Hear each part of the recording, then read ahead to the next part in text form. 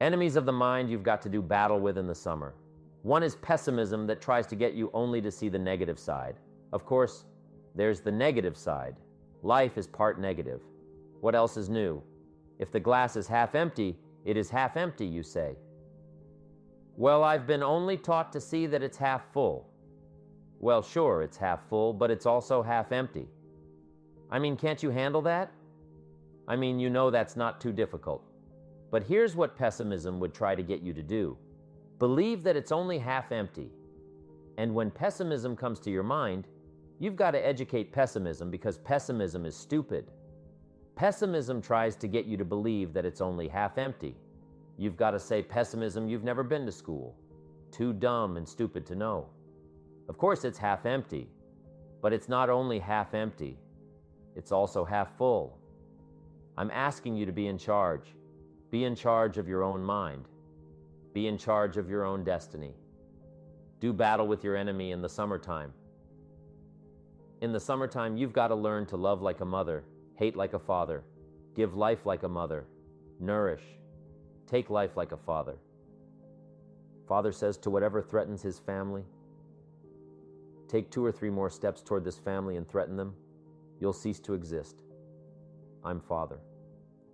I kill. Do battle with your enemies. Now it's also possible to love like a father and hate like a mother. I'm not saying that is impossible. Nothing more dangerous than an angry mother. I saw an article in a magazine a little bit ago up in Canada. It showed a man with some claw marks on his back, had his shirt off, big teeth marks in his neck. This man was out in the woods, had his flash camera, saw Mama Bear with a little cub, thought, oh, this is cute. Took a flash picture.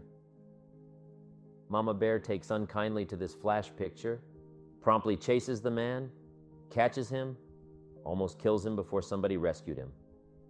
So beware, Mama Bear.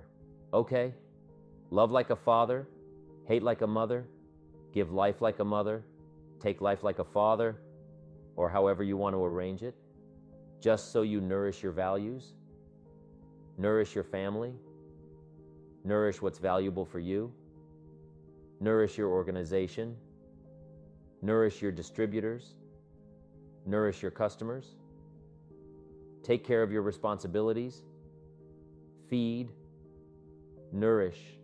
But then I'm also asking you to do battle with your enemies. Take sword to your enemies. Whatever is going to destroy those values, take sword to it.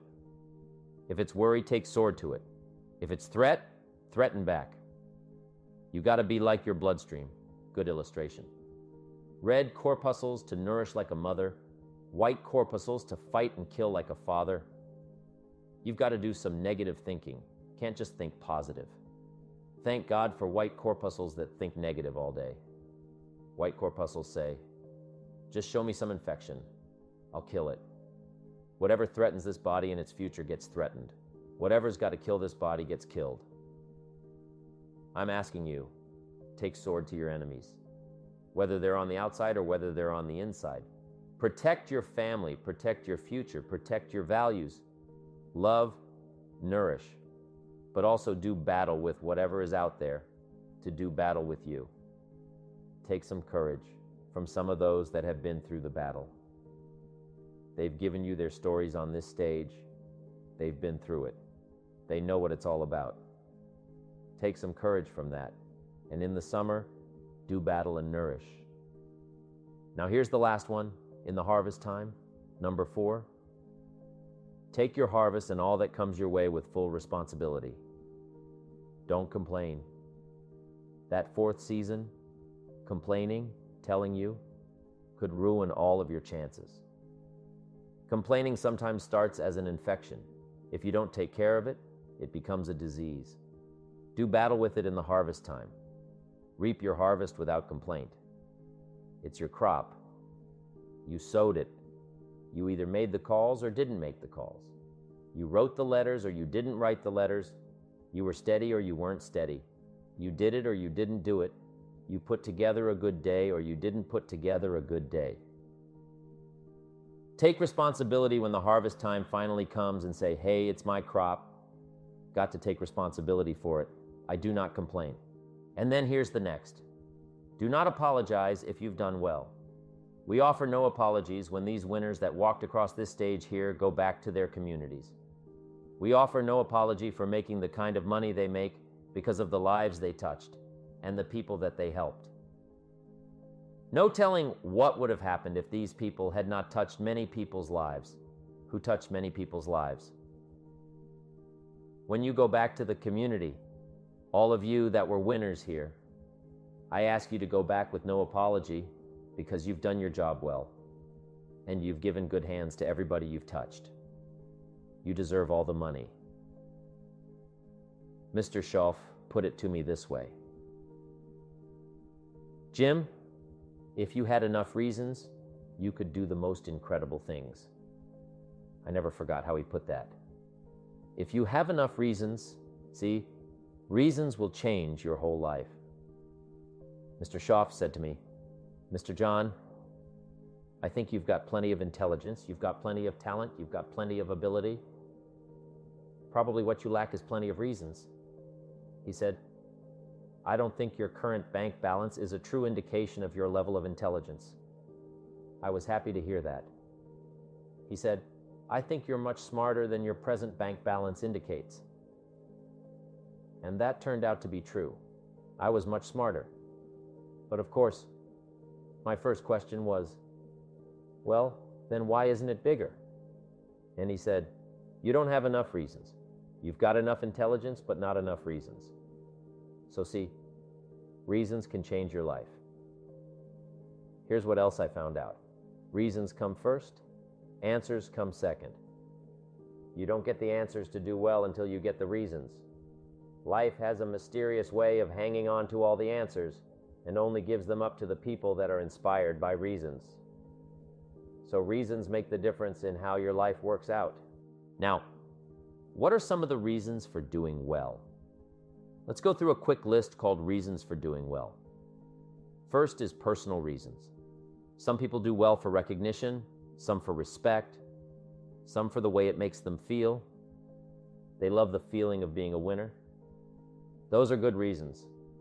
I have some millionaire friends that keep working 10, 12 hours a day, making more millions, and it's not because they need the money, it's because they need the joy, the satisfaction, and the pleasure that comes from being a constant winner. And see, it's not just the money anyway, it's the journey, not the money.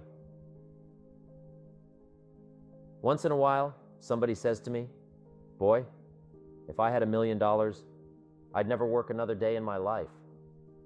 That's probably why the good Lord sees to it they don't get their million, right? They'd quit. Okay, next is family reasons. Some people do extremely well for other people, and that's powerful. Human beings can greatly affect each other. Sometimes we will do things for somebody else that we will not do for ourselves. We are made that way. I met a man one time who said, Mr. John, to do all the things I want to do with my family around the world, he said, I've got to have at least $250,000 a year. I thought, incredible. Could a guy's family affect him that much? And the answer is, of course. How fortunate are the people that find themselves greatly affected by somebody for personal achievement, and we are affected. The writer of a recent song said, if not for you, the winter would hold no spring. Couldn't hear a robin sing. I just wouldn't have a clue if not for you. So we can be affected. That might be one of the most stimulating reasons to do well. Finding somebody. When Andrew Carnegie died, the wee little Scotsman that built the big steel industry, when he died, they opened up his desk, and in one of the desk drawers, they found a slip of paper. On that piece of paper, Mr. Carnegie had written his goal for his life, and he wrote it when he was in his 20s. And on that piece of paper, it said, I'm going to spend the first half of my life accumulating money. I'm going to spend the last half of my life giving it all away. What a goal. He got so inspired by that goal that the first half of his life, he accumulated $450 million, and the last half of his life, he gave it all away. Good question tonight. What's got you turned on? What's got you bombed out of sight to get up early and stay up late and hit it all day? Next question. What's got you turned off? When I found the answers to those two questions, my life exploded into change. I finally found out what had me turned off, and I got that cured, and then I got me a long enough list of reasons to turn me on. And once the lights went on for me at age 25, they've never gone out. I've fallen out of the sky a few times, but I've never lost that drive to make something unique out of my life. See, reasons altered my whole life. Now, there's another list of reasons called nitty-gritty hard little reasons. Sometimes those little reasons are the most powerful reasons that can change your life. Sometimes it doesn't take much. I now carry several $100s in my money clip. It's only a few $100s, but it was one of those reasons that turned my life around. Just before I met Mr. Schoaf, I heard a knock at the door. I go to the door, and there's a little girl standing there about this tall, selling Girl Scout cookies. And she gave me one of the finest sales presentations I've ever heard. Special deal, several flavors, this whole package of stuff, $2. And with a big smile, she very politely asked me to buy. And I wanted to. Big problem. I'm broke. I don't have $2. And to this day, I can remember the pain and the embarrassment. I'm a father. I'm a husband. I've been to college. I'm working. I'm 25. I don't have $2. And I didn't want to tell her that for some reason. So I did what I thought was next best. I lied too. I said, hey, look, I've already bought lots of Girl Scout cookies. I've still got plenty stacked in the house, which was not true, but it seemed to get me off the hook for the moment. She said, well, gosh, that's wonderful. Thank you very much. And she went away. When she left, I closed the door. And that was the day I said to myself, I don't want to live like this anymore. I've had it with lying, and I've had it with being broke. I'm never going to let this happen to me ever again. I promised that day I would work as hard as possible and would always carry plenty. It took me a little while, but now I do. It was one of those reasons. And I guess I carry plenty for two reasons. One is the way it makes me feel, but also in case I bump into another Girl Scout selling cookies, right? I'm ready. Let me give you a good philosophical phrase. All values must be won by contest, and after they've been won, they must be defended. You say, wow, you've put a pretty heavy task on us. That's what life is all about. A pretty heavy challenge. We don't give large trophies for small effort. If you want to win, win high health. If you want to win high wealth. If you want to extend a long reach in touching people's lives, you've got to engage in some of these extra powerful disciplines. And one is to secure the territory by vigor, and the other is to defend it with equal challenge. Attack Life was designed not to give us what we want, not to give us what we need, but life was designed to give us what we deserve. Every value in life must be paid for, and those that pay are the ones that get it. It says, those that give receive. Someone says, I wish to receive. I wish to receive. You don't have to concentrate on receiving. Just become a good giver. It says those that search will find. Someone says, well, I need to find some good ideas to help change my life for the future. Then to find good ideas, that doesn't come because you need them. It comes because you search for it. If you want good ideas, you've got to go after them. You've got to go to the class. You've got to go to the workshop. You've got to go to the training, go to the book, right? You've got to go to the journal, right? Go where good ideas are being taught. Go searching, go looking, because good ideas are not going to be wasted on those that are not seeking. Searching, well prepared, get going. That's the key. Some people are ever learning, but they don't put it into action. They don't really take the action. It's like the man who keeps bringing materials to the building site and never builds anything. He keeps bringing in the sand and the gravel and the windows and the doors and the roofing material, and he just stacks up all these supplies, but he never builds anything. See, if you do that long enough, fairly soon, they'll come and take you away. You've got to do something with what you've learned. You've got to take action. You've got to get going.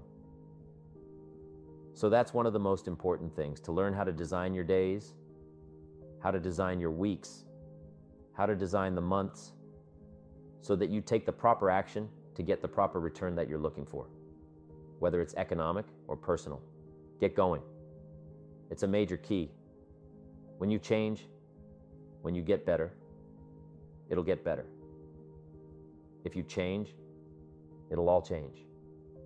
Don't put it on someone else. Hope that someone else will change it for you. Take responsibility for yourself.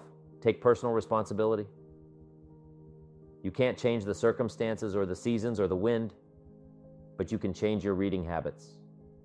You can change whether or not you go for the skills. Burn the midnight oil. Turn yourself around. Multiply your value by 2, 3, 5, 10 that you've got charge of, that you have control of. If you want your life to change, here's the source of it all. Ideas plus inspiration. The good news is, ideas are not that far away. I've got an excellent phrase for you to consider, one that will serve you well for the rest of your life. Everything you need is within reach. The ideas you need for life change or business change are within listening reach. They're within reading reach. In fact, there's probably a library not too far from you. The problem is, most people pass by libraries. Very few walk in. Andrew Carnegie set up all these libraries across the country, thinking everybody would stop in. But no, almost everybody drives right on by. Do you know how many people own a library card in the United States? 3%. And guess how much they cost? Nothing. The ideas are within reach. But here's the key question. Who is going to reach? There's a simple biblical phrase that says, if you seek, you will find. But it's very important to know that finding is reserved for the seeker. We don't find what we need. We find what we search for. If you will search, if you'll try, if you'll go, if you'll listen, ideas are within reach, and ideas are life-changing. There's nothing so powerful as an idea whose time has come. A business idea, a social idea, an investment idea, a good health idea. All you need is a specific idea to make an impact on your life. Ideas can help you gather treasure, gather equity, and gather wealth. 10 years from now, you can be right where you are now, or you can be in a new place. The difference between now and then could be significant in terms of money, lifestyle, treasure, and equity. In 10 years, you can enjoy an incredible life if right here and now you make a small change in your thinking to start you on the journey. The key is to start right now, gathering the ideas and making the changes that will take you further along this new road. Ideas can change your life, and sometimes all you need is just one more good idea in a series of good ideas. It's like dialing the numbers of a combination lock. After you've dialed 5 or 6 numbers, the lock may not come open, but you probably don't need 5 or 6 more numbers. Maybe you need just one more number, one more idea. Maybe a seminar or a sermon can provide it. The lyrics from a song could do it. The dialogue from a movie could do it. Conversation with a friend might do it. If you keep your eyes and ears open, you'll find that one last idea you need. Once you find that idea, the lock comes open and there's the door for you to walk through. Just one more idea. No matter where you get it, may be all you need to open that door of opportunity. If, however, the lock still doesn't open, you may be lacking in inspiration. Who knows why some people are inspired and some are not? Some people find a great idea and turn it down. Some people say that it costs too much. Some people say that it's going to take too much time. Some people are too busy. There are a lot of different reasons why some people are inspired to take advantage of a good idea, while others pass it up. I call it mysteries of the mind. and I just leave it at that. There are some things I don't try to figure out. Some people buy and some don't. Some go for it and some don't. Some change and some don't. And if you've been around for a while, you can usually spot those who don't take advantage of a good idea. A man asked me, "How come all this stuff goes wrong for me?" I say, "I don't know. The most I've been able to figure out is that those kinds of things always happen to people like you. I'll bet he's one of the ones who don't take advantage of good ideas. If he continues on that path, he'll probably never find the right combination. That honor will always fall on the ones who do, like you. The consistent, disciplined, purposeful, constant search for knowledge. It's where the life-changing ideas are. Pursue knowledge with high expectations. Spend the money, time, and effort. They are all investments. But the payoff is so great, it's hard to compare the cost to the reward. First is the money. Set up an educational fund for the programs, the books, the lectures, the seminars, and the videos you need for a constant flow of ideas and inspiration. Take a portion of your income each month and set it aside to invest in the search for knowledge. Remember, the best money spent is the money spent to cultivate the genius of your own mind and spirit. Make sure you don't spend more for frivolous comfort and conveniences than you do for education. The money is a small price. The promise is unlimited potential. The next investment is time, which is an extremely valuable expenditure. It's one thing to ask someone for their money, but to ask them for their time is a much more significant request. Knowledge takes time, precious time. The time you spend is irreplaceable. You can get more money, but you can't get more time. However, life has a unique way of rewarding high investment with high return. The major investment of time you're making now could be that small fine-tuning you need for major accomplishment.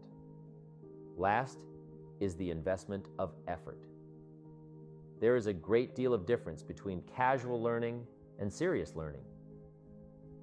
Learning that opens up the whole mental and spiritual process is truly an investment in effort. And this effort is the investment that opens the floodgates of ideas that can work their magic for you in the marketplace. So I don't hesitate to ask you to spend in a deliberate and consistent fashion the money, time, and effort required to reach your goals. These are the investments that turn on the lights, sharpen the focus, and start turning your wishes of wealth and happiness into reality. The second way to learn is from other people's experiences. Remember, you can learn from other people whether they have done things right or wrong. You can learn from the negative as well as the positive. The Bible is such a great book because it is a collection of human stories representing both sides of the ledger. Some human stories are called examples. Do what these people did. Other human stories are called warnings. Don't do what these people did. What a wealth of information. Knowing what to do and what not to do. If your story ever gets in somebody's book, make sure they use it as an example, not a warning. There are 3 ways to learn from other people. The first is to listen to the programs and read the books by and about people who have accomplished great things. All the successful people around the world I know and work with are good readers. They are driven to read because they just have to know. It is one of the things they all have in common. Here's an excellent phrase. All leaders are readers. Successful people also listen to audio programs, especially while they're in the car or during other times when they can't read. Programs can help all of us easily pick up new ideas and skills. Did you know there are programs and books on how to be stronger, more decisive, a better speaker, a more effective leader, have a better effect on other people, become more loving, develop a more winning personality, get rich, develop persuasive influence, become sophisticated, and people don't want to utilize these resources? How would you explain that?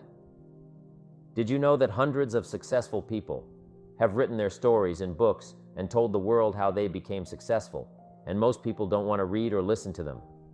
How would you explain that? They're busy, I guess. They say, if you worked where I work, you'd know that by the time I struggle home, it's late. I've got to have a bite to eat, watch a little TV, and go to bed. I can't stay up half the night and read. Imagine someone who is behind on his bills. He's a good worker and very sincere. Unfortunately, you can be sincere and work hard all your life and wind up broke, confused, and embarrassed. You've got to be better than a good worker.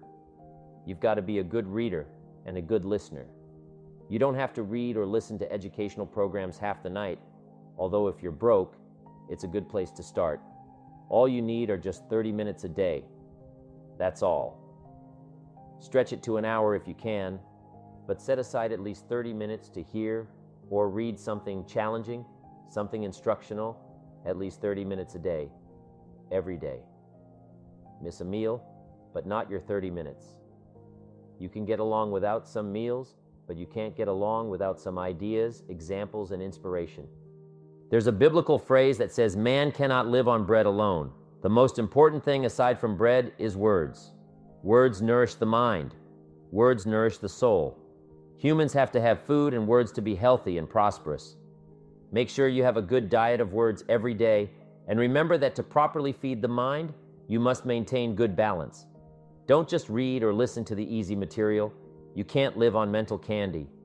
With good books and programs, you can tap into the treasure of ideas. And if somebody has a good excuse for not tapping into the treasure of ideas for at least 30 minutes every day, I'd like to hear it. You wouldn't believe some excuses I've heard. Don't make the same mistake. Invest the money, get the programs and books. The best money you can spend is money invested in your self-education. Don't shortchange yourself when it comes to investing in your own better future.